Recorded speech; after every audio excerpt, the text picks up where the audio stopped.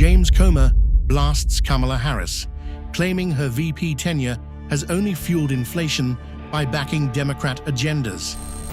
It's the Biden-Harris administration, so we've heard Kamala Harris, when she was a candidate for president, say that she was against fracking, she was against drilling, she was against fossil fuels in general. That's not popular in swing states like Pennsylvania. It's not popular with the American people who are having to pay more for gasoline than they did when Donald Trump was president.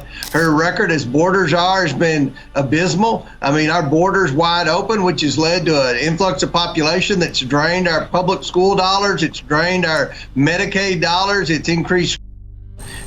Comer argues that Kamala's legacy as VP is as empty as the promises she supports, with inflation being her only real contribution. And look, I don't think there's anything Kamala Harris has done but add to inflation, because she supported every Democrat policy that Joe Biden and Nancy Pelosi, Chuck Schumer have stuffed down the throats of the American people in the name of, and after, when they wanted to pass their so-called Inflation Reduction Act, which actually increased inflation. And that's what every American's most upset about, I think, this election, is the fact that every time they go to the grocery store, it costs more. Every time they go fill up their car with gas, it costs more, and that's because of Joe Biden and Kamala Harris. The Joe Biden family will go down in history as the most corrupt political family in the history of the United States.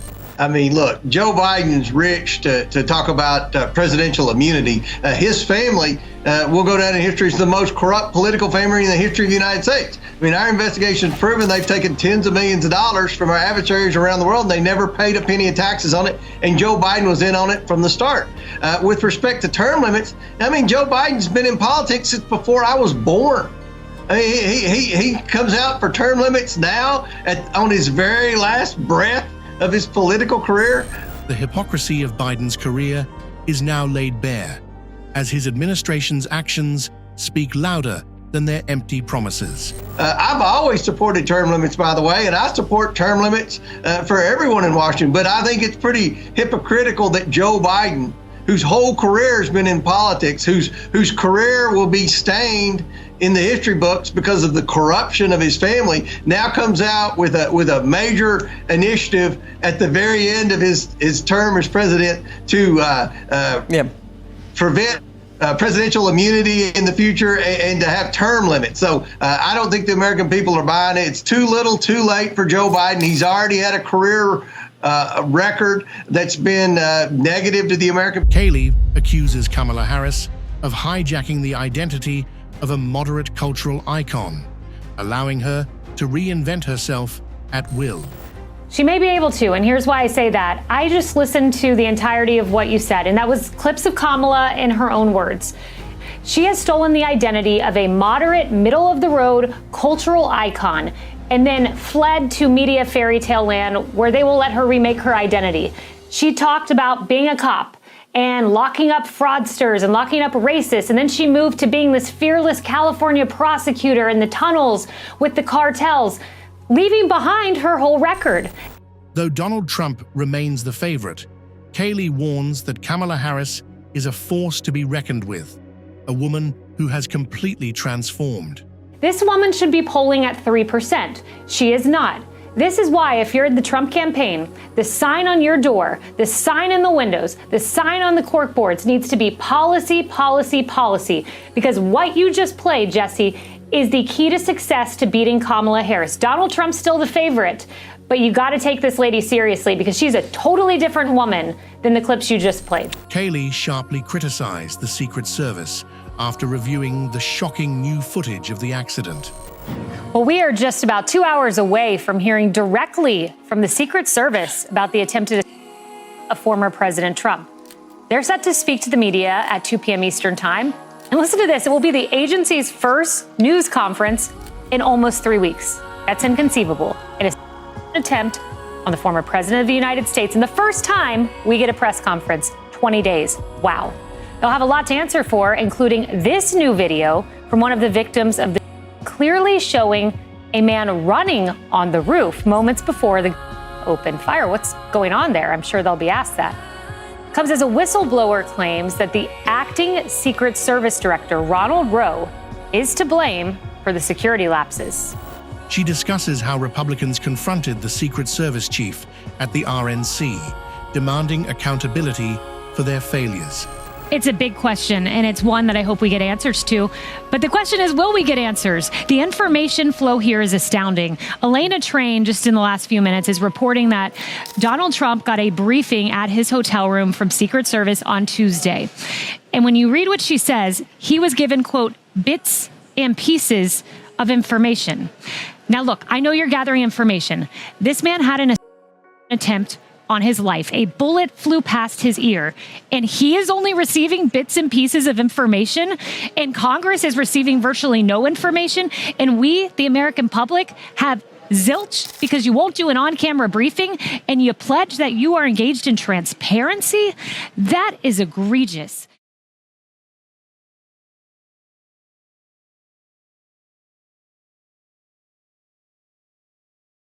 Jim Jordan calls out Kamala Harris's weak leadership, highlighting her harmful agenda.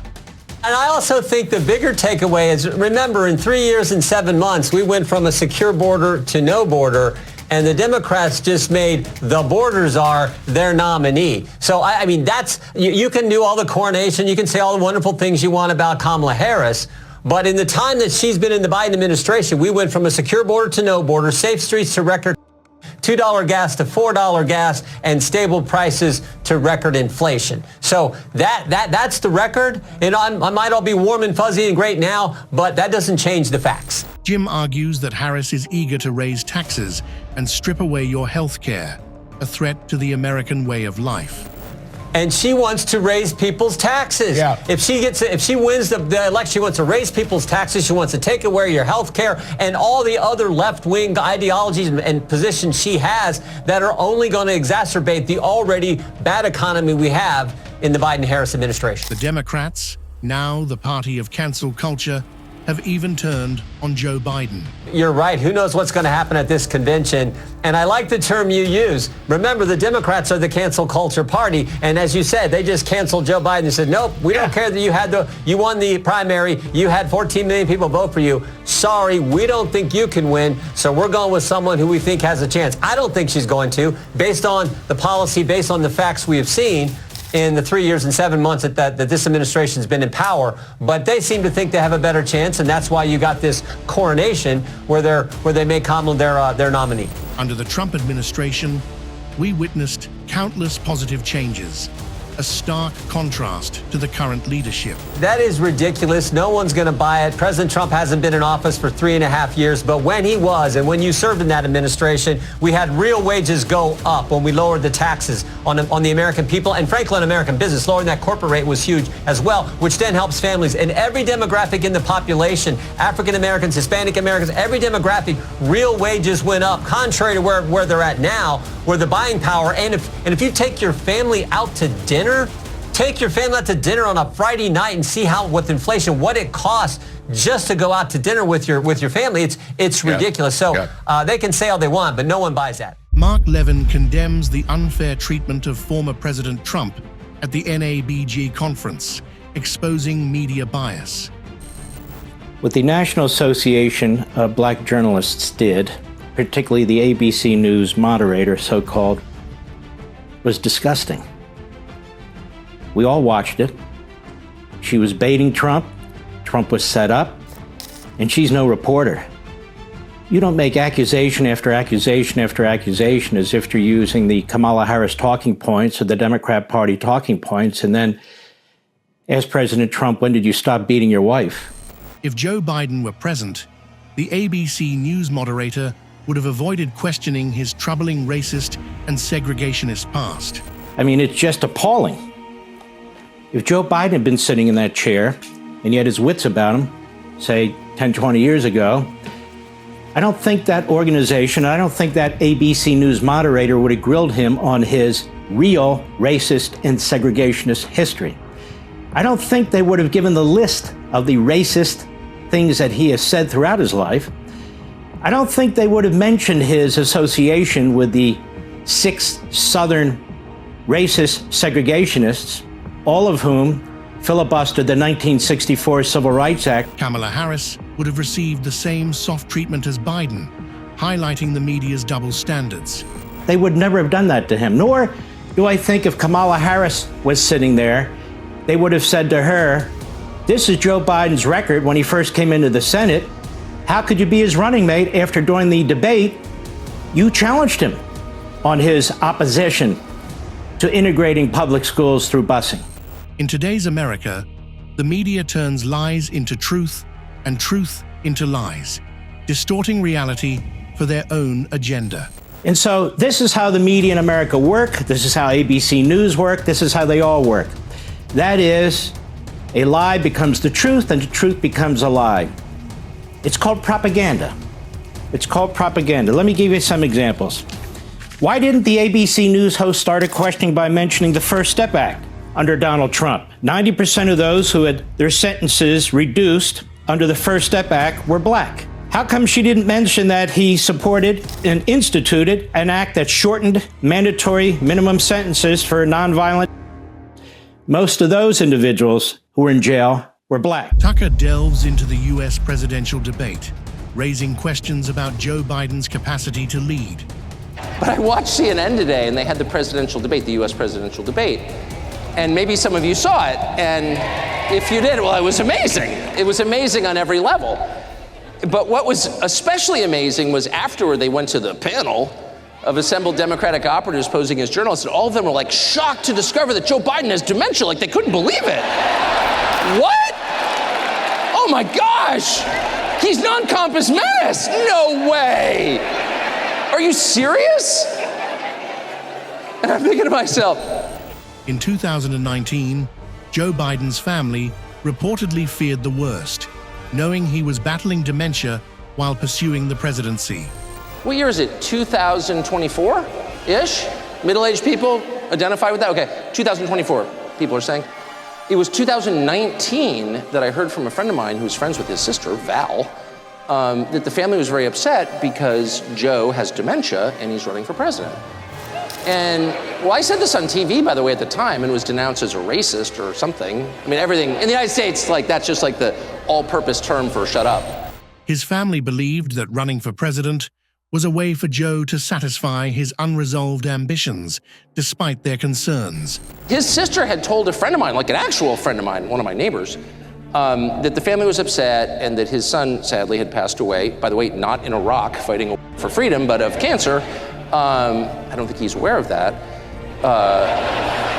But sad, and that the family was convinced he needed to kind of get it out of his system by running for president, but of course no one's gonna make Joe Biden the nominee because we had Pete Buttigieg for that. Now it's a joke, but at the time they were like, people are gonna love Pete Buttigieg. He's incompetent, but he's great. And then people are like, what? No. So they had to go to Joe Biden, and he actually became the nominee and then somehow became the president. But it was obvious the whole time that he had no idea where he was, and that it was cruel, and that his grasping, horrible wife, who like poses as a doctor, was pushing this so she could go to state dinners. One was wounded, Giustiani, and people panicked. They broke through the walls, and the rest is history. But the fact of the matter was that the started because the United States was isolationist and let aggression go. Victor caught some heat in America for his World War II comments, stirring up controversy. I got criticism for the Second World War by some in America because I made the statement. I think we in America look at the totality of the war and we said we had the largest army, almost as large as the Soviet Union, but of Britain and our allies, our real allies, 12.2 million. And then we produced more goods and services than all of the combatants on both sides put together, more airframe. We look at all of that. Okay, and we fought in every theater and every mode. In the air, under the sea, on ground, or Asia. Okay, we got that. Victor thinks the war started because the US was all about isolationism and let the aggressors do their thing. But the fact of the matter was that the war started because the United States was isolationist and let aggression go, and Britain, under Stanley Baldwin in particular, but Neville Chamberlain, appeased people, and the Soviet Union were active collaborators with the Molotov-Ribbentrop Pact. That's one thing we got to remember. Great Britain bravely was the very first nation to declare war during that time. The second is Britain was the first country to declare war it was in the war on the first day, and it was there on the last day. Of the major belligerents on both sides, it was the only country to fight the entire time. It was the only country to fight alone. They held their ground against Germany and Mussolini all on their own. Germany and Mussolini, it was all alone from basically June 20th until the invasion of the Soviet of 1940 until the invasion. It's remarkable how the British endured from invasions to the Soviet counterattack. The Soviet Union. So it was extraordinary. And then when you look at the tank production, the aircraft production, the manpower of the British Empire surpassed even the formidable Third Reich. The manpower of the British Empire, including your country, it outpaced the Third Reich. Nobody would believe that today. But you look at the statistics of industrial production, oil, aviation fuel, it was not even close. These achievements are often underestimated, but their significance remains enormous. It was an amazing achievement that we sometimes overlook, I think. So I was trying to make that point that Britain really was, of all of the allies, was the most far-seeing, and I think that was exactly right. I was wondering, I've written a lot of books on military history, and I've come across cases where the defeated didn't just become occupied or surrender unconditionally or have change of governments or suffer grievous losses, but they were completely wiped out. And by that I mean it wasn't just their physical space, their populations. Of course, in the ancient world, they enslaved anybody they didn't. But their language, their culture, their civilization, their religion disappeared within a generation. And so for today, we don't know much about Punic culture in North Africa or the Aztecs in Mexico. And did that happen frequently? It didn't happen frequently, but what were the conditions under which it occurred? He's all into why the Punic culture disappeared, like wondering what happened that made it vanish. And then I have a long epilogue trying to speculate if that could still happen, given that the agents of biochemical AI are much easier to use than muscular labor of the past. Well, in 335, Alexander the Great, who had just become king on the of his father, Philip II, marched 300 miles southward into occupied Greece. The Macedonians were occupied because Thebes, which at that time was the most iconic city of the 1500 city-states, rebelled. And they thought the new king would either be, or he had claimants to the throne, or he was inexperienced, and what could a 21-year-old do anyway? And he besieged the city. Everyone knew Seven-Gated Thebes was this legendary spot with epic defenses. Seven-Gated Thebes was legendary for its bastions. He broke into the city. Everybody in battle that he could, 6,000. He probably 20,000. And he demolished the city down to the foundation, saving only the house of Pindar the poet. And that was the end of Thebes as a distinct subset of Hellenic culture. About 200 years later, the Romans had had enough after a century of fighting the Carthaginians. They had won the First and Second Punic, but they'd always come to terms with them. And so after the second one, they gave them a fine, indemnity payments, occupation. They had certain protocols, all of which the Carthaginians met. But they sent a delegation to see what was going on, and they were shocked that there were 500,000 people in the city. It was wealthier than ever, and it was on the rebound a third time. So the elder Cato, famous for saying Carthage must be destroyed, Carthago delinda est, after every speech, they sent a huge consular army of about 70,000 people right across the Mediterranean at its narrowest point to modern-day Tunisia, Tunis. And after 2 years, they couldn't do much because the walls were the largest in the ancient world at that time, 21 miles. They'd never been broached. But they had a literal genius among the ranks, a lowly officer, a legate named Scipio Aemilianus, the adopted grandson of the famous Africanus who beat Hannibal. And within about 3 months, he had occupied the city, broke through the walls, had probably about 450,000 people, 50,000, destroyed the walls all the way down to the foundation, plowed the ground, wiped out all of the satellite villages or forced the ones that were still to survive a great tax. Victor figures the end of Punic culture came when Scipio rolled in and wrecked their walls. And that was the end of Punic culture, Punic religion, Punic script, Punic government. And within about 50 years, there was no one in North Africa that knew much about this 800-year civilization. And of course, Rome founded a new Carthage about 15 miles away, which is the foundation you can see if you go to Tunisia. And then I tried to look at a different example much later, 1453, Tuesday, May 29th, 1453. Constantinople fell to the Ottomans under the Sultan Mehmet II. He had a huge army of 200,000 people below the walls. But like Carthage, the land walls of Constantinople had never been breached, and they were almost impenetrable if you look at them. The problem was the city was in decline. It had been there for 1,100 years. It was the center of Greek, Christian, Hellenic culture in Asia. At one time, the Byzantine Empire was 20 million people. And they had repulsed all the attacks for 2 months. They didn't think they could break through. Kind of a chance accident with some of their Italian help allies. One was wounded, Giustiniani, and people panicked.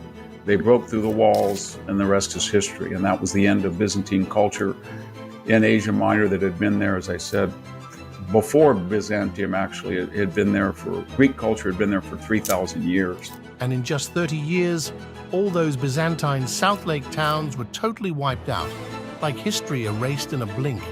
And within 30 years, all of the Byzantine satellite towns were ethnically cleansed. The Ottomans took over the greatest cathedral in Christendom, Santa Sophia, made it into a mosque. It's now a mosque again. And there was really no Christian Hellenic civilization left. And there isn't really today either. We know that it depends on relegating your tribal affiliations to the general idea of being an American. We are regressing into tribalism. And so we're starting to revert to a pre-civilizational tribalism. I think large swaths of the United States are tribal now. Victor Davis Hanson insists that we must take lessons about government with utmost seriousness. Well, I think we should take these lessons very seriously, both from the point of the attacker and the attacked, because you mentioned some of the commonalities. At the end of the book, I give you a kind of a common denominator blueprint, and people who have not been defeated or are accustomed to a position of superiority, culturally, militarily, they think that they're invulnerable forever, and they're not aware of insidious decline. Thebes that Alexander took is not the Thebes of Epaminondas, and yet the walls look as stout as they ever were, and the people are the same, they think. Same thing with Carthage, the same thing with Constantinople. They said nobody's ever going to get through the walls. They tried just early, 50 years earlier, they couldn't do it. We're invulnerable. And people said, well, we're not the same people. They don't think that anybody would ever dream of extinguishing them. He declares that our civilization is currently at its pinnacle. This is the pinnacle of our civilization, etc. Constantinople, this is the city of Constantine and Justinian. We can't fall. So there's an unreality. And then they have no idea who they're facing. They have no idea what's in the mind of Cortez. They have no idea. Do we have any idea what's in the mind of Xi Jinping or Vladimir Putin? We have no idea. We think that Xi thinks, as I think George H.W. Bush, Bill Clinton, Barack Obama, all bipartisan, they all thought that he is so impressed with Western civilization. He's globalizing, he's changed his economy. Yes, he's rough around their edges, but our leisure, our affluence, globalization will acculturate them, and China will hit their place among the family because of nations. Of course they want to be like us. They want us, and they don't understand that is exactly what the Byzantines said about the Ottomans. That's exactly what people said about Alexander. That's exactly what they said about the Carthage. There's an unreality at play, and understanding the attacker's capabilities is crucial. And these people don't understand. So whether it's Putin, so when Putin says, I'm going to use weapons if I lose, and there's been about 17 threats from high members of the Russian military, high members of the Russian parliament, such as it is, and Putin himself, tactical even. We say, this is crazy. They would never do that. We never say, well, if I was going to lose and be humiliated, or if I wanted in the breadbasket of the old Soviet Union and ports on the Black Sea and a window right onto Europe, I'd be willing to do a lot of stuff for it. And I've done, so there's an unreality, and then on the part of the attacker, they need to understand what the attacker is capable of. I just add one quick thing. Yep. I also mentioned the serial threats that China has given Taiwan. And they even made a brief film about Japan if it interfered, calling the Chinese communists. And they've distributed that in China. Yes, just like Erdogan has said that he was going to send missiles and destroy Athens, he was going to destroy. He said, I'm going to do the same thing to the Armenians, and he just ethnically cleansed 100,000 of them. Victor asserts that Americans have always been number one.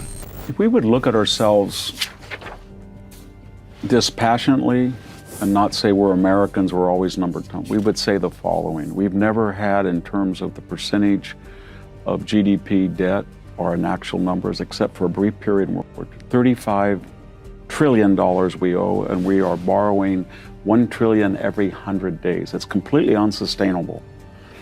We've never had the military admit to us that it is short 40,000 troops and they don't know where to get them at a time when the American population has never been larger. The Army missed its recruiting goals last year by 10%. Yes. And that was not the first year. And we've had a porous border. We have never had no border at all. It ceased to exist. We've had 10 million people walk across without audit. We've never seen anything like it. We have the largest number of foreign-born residents, both in numbers, 50 million, and in percentages of the resident population, 13, we've ever had, at a time when we haven't lost confidence in the melting pot. Okay. We've had high areas before, high periods. We've never had a period in American history where our elites say that it's a social construct, and you have to let somebody, a violent, out the same day that he's arrested. That's a new theory, critical legal theory. Okay, we're a multiracial society, and we're the only successful multiracial democracy. We know that it depends on relegating your tribal affiliations to the general idea of being an American. We are regressing into tribalism. He claims that what happened in Afghanistan is unlike anything America has done before.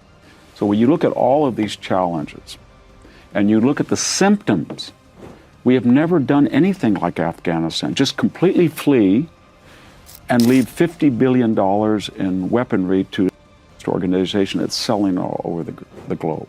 Never had that before. We have never had, since World War II, a Verdun. We have passed the numbers of and wounded in Verdun. We're above 700,000 wounded, missing, or Russians, and we're headed to Somme territory. And nobody has any idea how to stop this. Russia is not going to be able to take all of it, and we are not going to be able to get back the Donbass and Crimea. So it's going to continue. Nobody has an answer. Nobody takes serious that the Chinese would be crazy enough to go across the Taiwanese Strait and try to take that city. They say they can do it.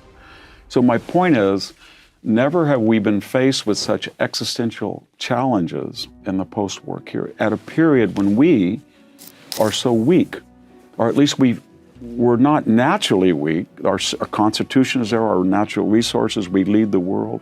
But when you look at debt, when you look at the border, when you look at our universities, which were the envy of the world, they were the engine that drove American culture and power and technology, and they're in crisis.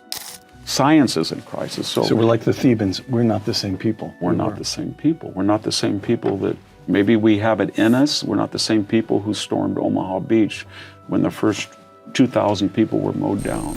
We seem to believe that inaugurating new woke programs is the most important thing. We think that the most important thing is canceling student debt or inaugurating new woke programs, but it's going to take us 7 years to replace the Javelin anti-tank weapons. We're short 155 millimeter. That was our signature. We were the biggest producer of shells in the world. We're not doing it. We need to learn from wise men like Franklin Roosevelt, Harry Truman, Dwight Eisenhower, John Kennedy, even to an extent Lyndon Johnson, Richard Nixon, and the rest of them. They all had one thing. You're not going to mention Ronald Reagan? Yeah, I'm getting to him. Oh, all right. And in a period of doubt where people had questioned their so-called Neanderthal approach to human nature, that they believed that deterrence and not dialogue or the UN kept the peace, along came Ronald Reagan. And he said, he basically said the degree which we are safe is the degree to which we help our friends and tell our enemies to be careful, because we will defend us and we're going to have the capability to do it. Deterrence, deterrence, deterrence, which is just a Latin word to scare somebody off from doing something stupid. And if you don't believe in deterrence, then as Vegetus said, if you want peace, prepare for peace. Victor argues that the concept of citizenship is a relatively recent idea. The idea of citizenship's pretty recent in the long history of civilization. It appeared somewhere around 700 BC in rural Greece and swept pretty quickly. And so by the 5th century, there were 1,500 city-states. And what it was the first time that citizens were self-governing, and that meant that they were pretty clearly defined. They made up their own militias. They adjudicated the circumstances under which they would go to. They voted for their own officials. And more importantly, they had property rights. They could pass on property. I think that was the catalyst for citizenship, the right of inheritance, that the state couldn't expropriate or own property from the individual. And then that long odyssey brought us to, of course, the founding of the United States, and there were clear distinctions between a resident that happened to live in the United States and a citizen. A citizen alone could vote, a citizen alone could hold office, a citizen alone could leave the boundaries and come back into the United States on his own volition. A citizen alone was eligible for federal services, or in most states, and a citizen served in the military. I don't think any of those still apply, those distinctions between a resident and a citizen, with the exception of holding office, and that's under assault. I know here in California, people who are not just non-citizens, but here illegally can vote, say, in a Berkeley school board election. And now there's efforts to make sure that people can run for office who are not citizens. Non-citizens serve in the military. Non-citizens actually can go across the border with greater facility than you or I could probably. And so we are a nation, we've never had this before, of 50 million people in the United States that were born in a foreign country of different statuses. Some are legal residents, some are illegal residents, some are citizens. Some are migrants back and forth, and that's the highest in actual numbers and in percentages of the population. And unfortunately, it comes at a time when we, the hosts, have lost confidence in the traditional melting pot of assimilation, integration, intermarriage. And so we're starting to revert to a pre-civilizational tribalism. I think large swaths of the United States are tribal now. The United States was founded on the principle of equality of opportunity.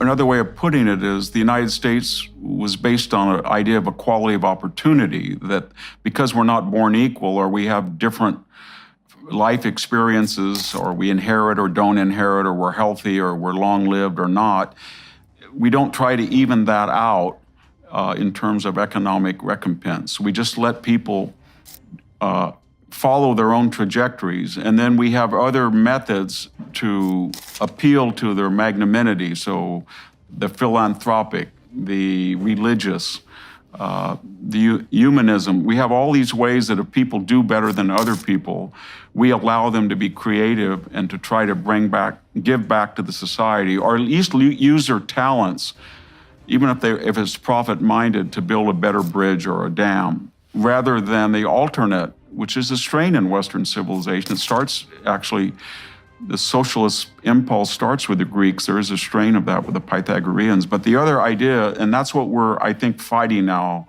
is the woke equality of result, that we're going to appoint some Platonic guardians and give them untold power.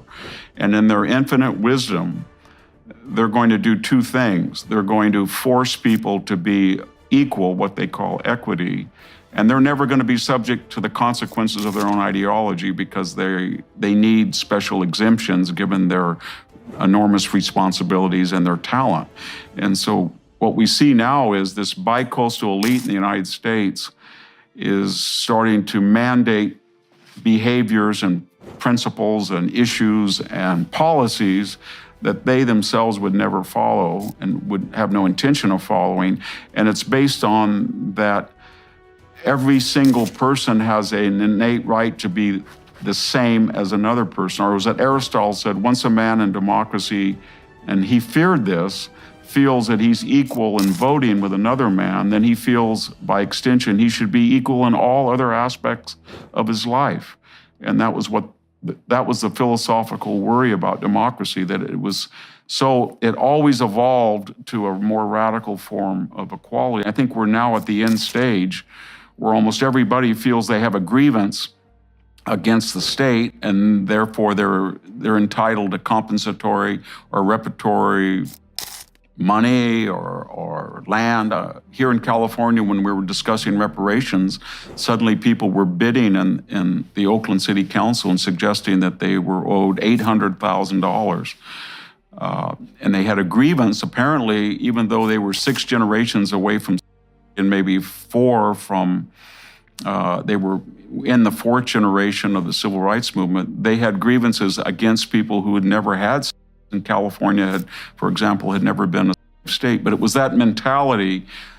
And, a lot of people warned us about this. Tocqueville said the problem that we would face in the United States is that most people innately would rather be poor and equal than all better off, but some more better off than others. And he felt that if that would be a very dangerous development. I think we're pretty much there now. The question of who polices the police was a major issue for globalists in the 20th century. One of the problems that globalists or cosmopolitans learned very early in the 20th century during the progressive movement was when you surrender sovereignty to these international bodies, then who is the police? Who polices the police? So the League of Nations, which was envisioned under Woodrow Wilson's Versailles agenda, for a very brief time seemed to be successful in adjudicating international disputes of trade or jurisdiction or borders until Adolf Hitler or the Japanese militarist or Joseph Stalin said, I don't need to listen to you. And so World War II doomed the first incarnation of a united group of nations, the League of Nations. After World War II, the same suspicious idea resurfaced with the United Nations. But this time we were going to have a Security Council, and they were going to be the world's top powers, the strongest, the most successful. And then they could be the enforcer.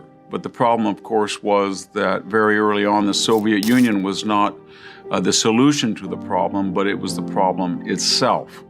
Because there's always going to be some country who's powerful by breaking the rules and going beyond its own prerogative.